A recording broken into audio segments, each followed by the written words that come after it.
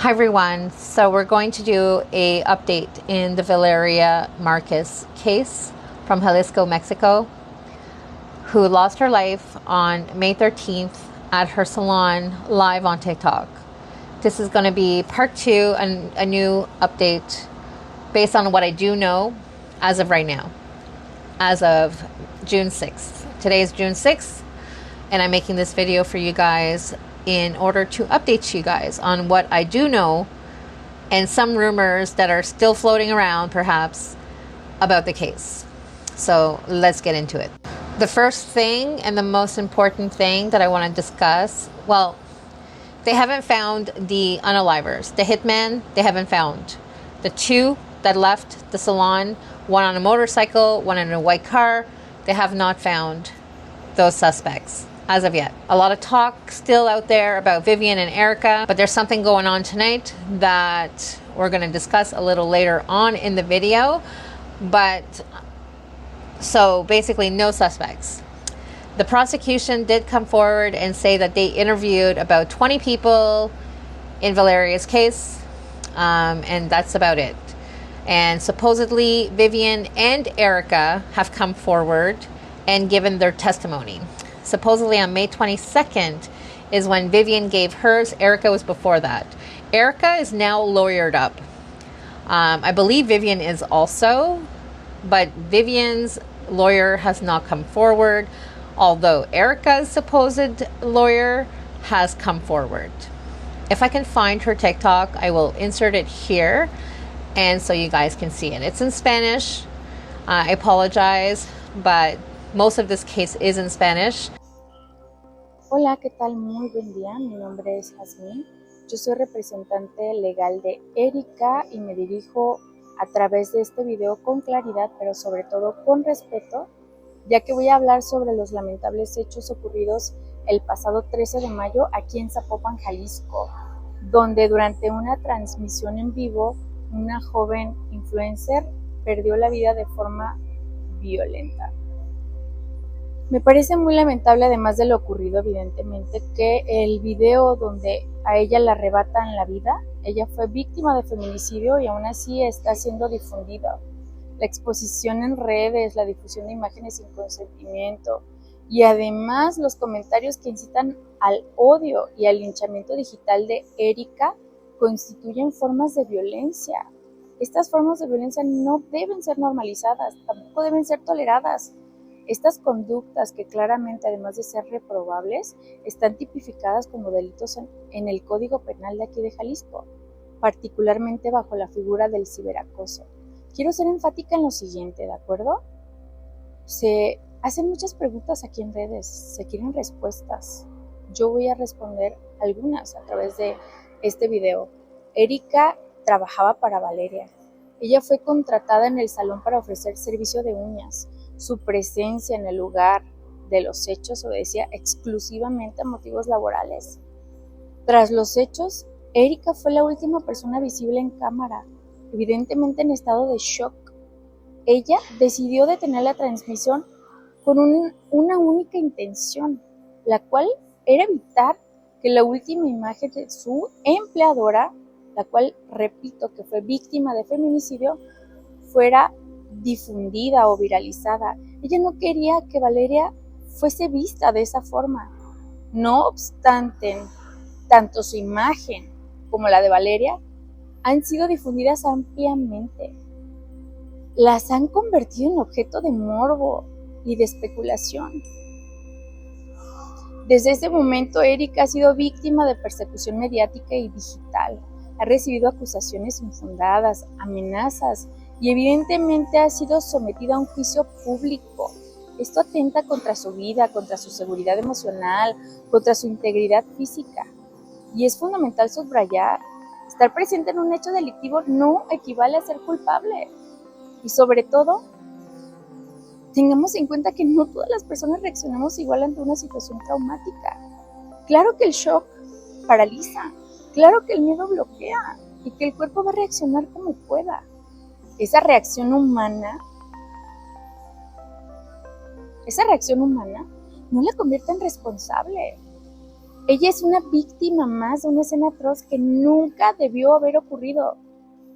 Pero sobre todo nadie, ni tú ni yo, podemos afirmar cómo habríamos reaccionado ante semejante horror.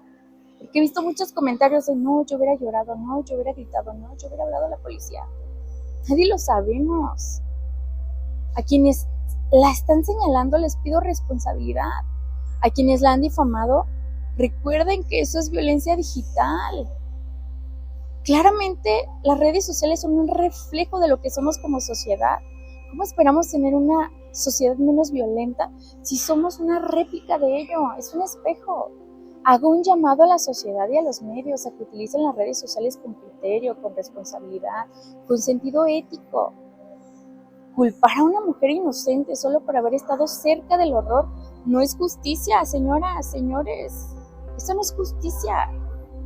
Claro que todos queremos justicia ante ese lamentable hecho y ante todas las situaciones injustas que ocurren en esta sociedad. Pero eso que están haciendo se llama revictimización. Erika fue víctima de esa situación también. A ella no le preguntaron si quería. Dejen de revictimizar, por favor.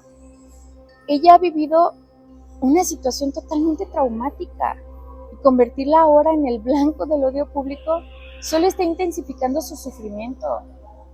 Por otra parte, desmentimos categóricamente la información que ha circulado recientemente. El día de ayer leí que se afirmaba, ¿cómo pueden afirmar?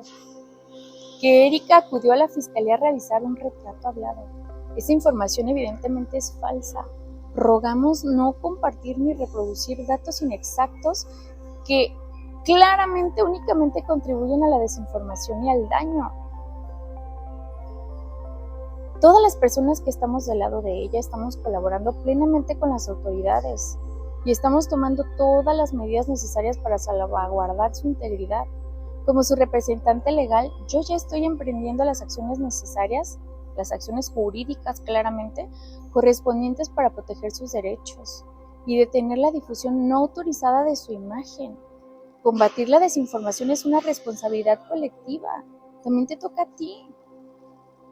Solo desde el pensamiento crítico, el respeto y la ética digital podremos construir un entorno más seguro y más humano. De verdad, somos el reflejo en redes sociales de lo que como persona somos en esta sociedad. Pido por favor empatía, tanto para la familia de Valeria como para Erika. Me parece lamentable que la imagen de Valeria sea difundida, que sea utilizada para generar vistas. Es evidente que Erika ha quedado emocionalmente devastada por lo ocurrido y sobre todo por la injusta carga que hoy enfrenta. Me parece lamentable que muchas personas en redes sociales se crean, porque claramente no lo son y yo lo soy, no lo somos. Se crean peritos, se crean policías investigadores, se crean agentes del Ministerio Público. Por favor, dejen a las autoridades hacer su trabajo y sobre todo, dejen de generar más violencia. Agradezco la atención y estoy segura que esto generará algún impacto y que si bien todos estamos buscando justicia, tenemos un compromiso con la verdad, el hecho de ver un video, el hecho de ver una acción, el hecho de creer que se hubiese reaccionado de determinada manera, no significa absolutamente nada. Dejen de culpar, dejen de revictimizar. Gracias por su atención y por el compromiso para generar una sociedad menos violenta, más justa. But Vivian supposedly did her testimony on the 22nd, and supposedly she knew Valeria's passcode for her phone, the black phone.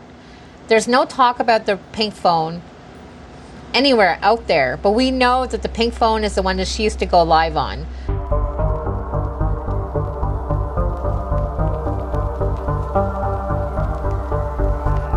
And Erica still, in my opinion, has stolen that phone. One of my TikToks actually went viral. I'm at 3.7 million or 3.8 million views on it. Condres Pareto, a Spanish influencer, news guy that I watch on YouTube, put that video of me on there. He clipped part of my TikTok and put it on this video. So basically, that video has gone viral. I don't know if I brought that up in the previous video, though, with the pink phone and how I went about finding Erica's phone. It wasn't that hard to find Erica's phone, at least based on recent pictures, from what I can see. So the pink phone is definitely not Erica's phone. Let's confirm that. I actually searched her Instagram username in Google and found a picture, because all the pictures of her in said pose like this, they were all cropped from chest up. So I couldn't find it, right? But the one picture that I did find has the full body and it shows her phone in her pocket. And the pink phone is not what's in her pocket.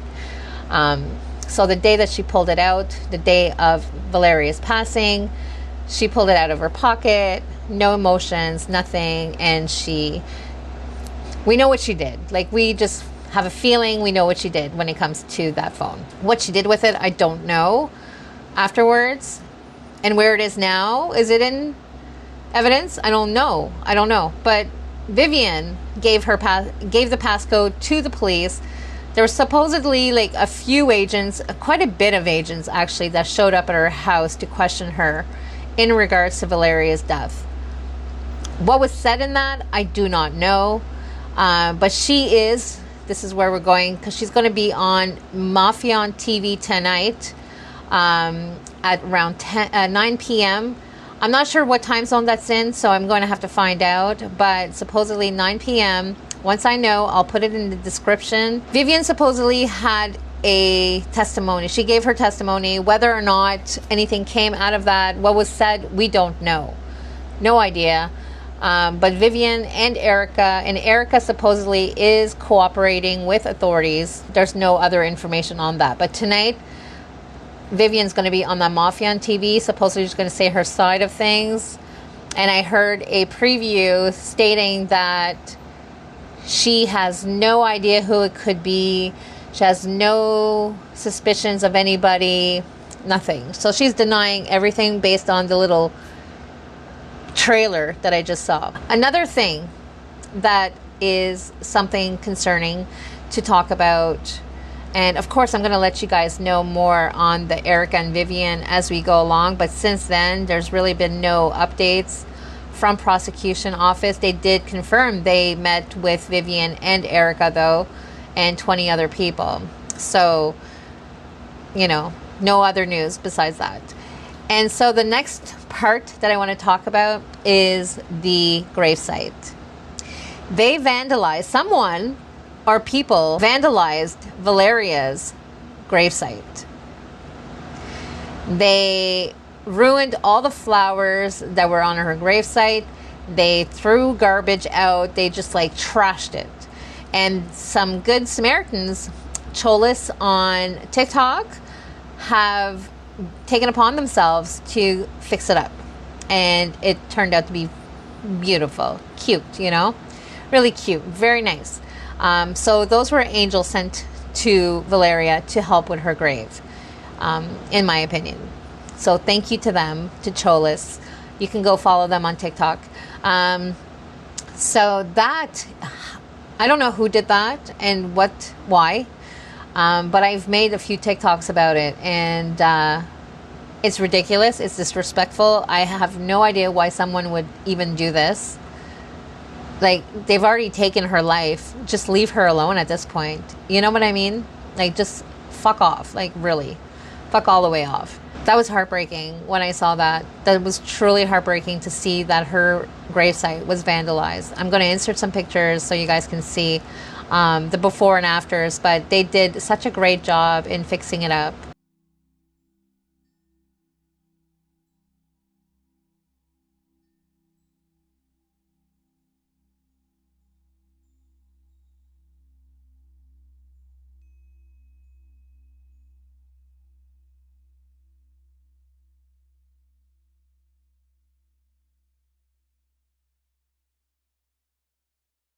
There's a few other items that I want to bring up when it comes to the update for Valeria Marquez. First of which is the salon. The memorial site that was at the front of the salon is no longer.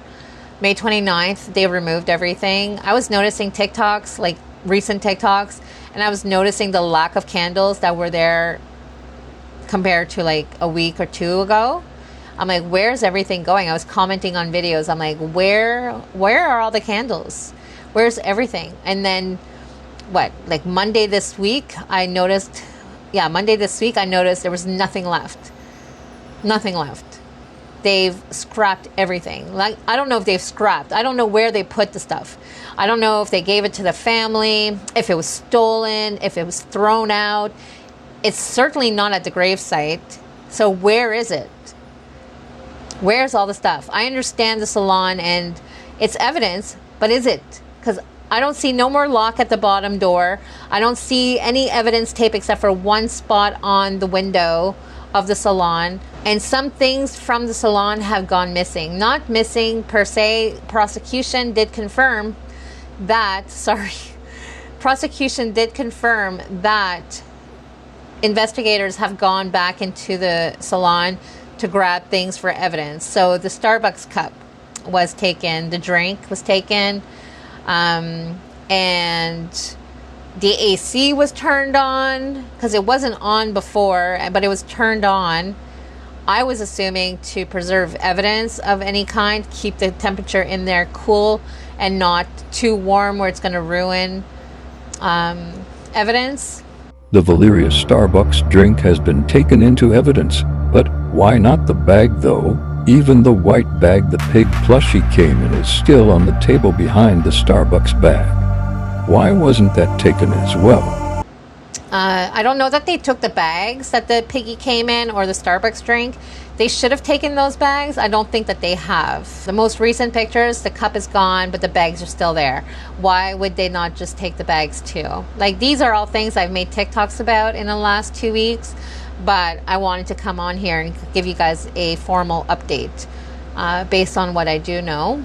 And what some things that prosecution has confirmed. I understand the salon has an owner. He probably wants his salon back, his property back. I understand that he's going to remove some things. I understand that. And he's probably going to want the place cleared eventually. But this soon, it's not even been a month. Like, that place, there's still a chair in there with a bullet hole. You know? My previous video, I did not share any like crime scene pictures. I did not show any of that, if you noticed. Since then, I mean, I have all of them. I mean, not all. Obviously, I don't have the ones of Valeria, like, once the cops got there, because I wasn't there and nobody has pictures of that. I do have a picture of Valeria in a body bag. But am I going to put that here? No, I'm not. I'm not going to do that to her, and I'm not going to do that to her family. But I do. The news outlets that put it online, they know who they are. That's where I got it from. But anyways, so there are some videos of that and circulating around from news outlets, which is fine. And so I'm just not going to share that. I do want to talk about, this one's going to be a touchy subject. I've gone over the actual shooting video in slow-mo. My friend flipped it for me, so it actually looks realistic to when you walk into the salon, how she would have been sitting, what side would have been what side, because on TikTok, everything's reversed. It's not realistic. Everything's like reversed. So on TikTok, you see her opposite to what she actually looked like when you walk into the salon. And I also have a high definition of it where when the door slides open, you can see Delis. The door says Delis. You see the door sliding and you can see on the wall, the shadow, Delis. You can see when the door is being opened. You don't see it shutting though. So the guy just ran the fuck out, didn't close the door. When he came in, he just opened the door. and did what he did with the door open, and then he left the door open. So, because you do not see in the shadow the door closing behind him. He just got the fuck out of there. So I was looking at that video. A friend of mine and I were looking at that video in slow motion, put in black and white, put it in like darker contrast so you can see the shadow, but then the high definition one that came through was spot on. You can see all the shadows 100%. 100%, so crisp, so clear. I will insert it here. I'm going to insert it so you can see the shadow that I'm talking about, because I believe it's really important to see the shadow and the movement. Hola. Valeria? Sí.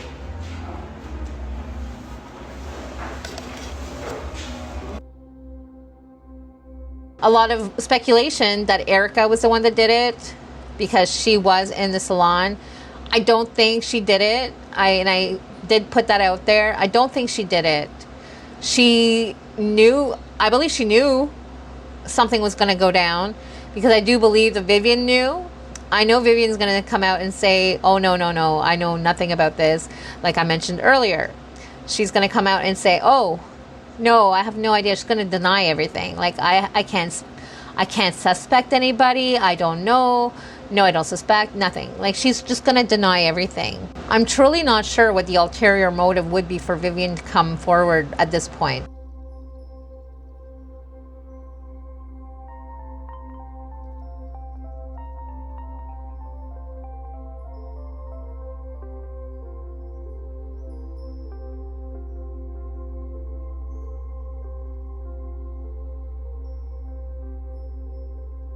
I forgot to mention a huge important part. I forgot to mention something. I forgot to mention that Valeria supposedly had an altercation, so someone was threatening her at a nightclub soon before she passed away. She was getting death threats, allegedly. This is coming from a friend of hers that had the interview with the mainstream media in Mexico, like the day that it all happened when she was at the shop. No se mereció lo que le pasó, ni ella era un amor de persona y no te conocía y te sonreía, y cuando me entero es como que no inventes, ¿por qué a ella? O sea, ¿por qué a ella? ¿Por qué esas amistades? No se lo merecía. Se supo que la amenazaron una vez en un antro, que está en un antro. Outside, I'll insert a clip, but you guys will see that she does say that it was known that Valeria did have a altercation with someone, and so that is why Valeria was like on pins and needles. Like she was like walking on eggshells. She just felt something was up, and the day that she passed away, you guys know, she felt something was up. But I also mentioned that she, in one of my TikToks, she mentioned that whenever she was asking Erica about the delivery driver, she asked Erica, was it a bodyguard or a delivery driver? I always thought that was a little weird. What do you guys think about that? Like the whole delivery guy, bodyguard. Why a bodyguard? Did she hire a bodyguard? Was that part of the C thing? Is that where we're going into that? I'm not going into that, you guys. I just refuse to go into that. That is uncharted territory where I'm not going. But anyways, why would she have a bodyguard then? You know? Anyways, I'm just saying.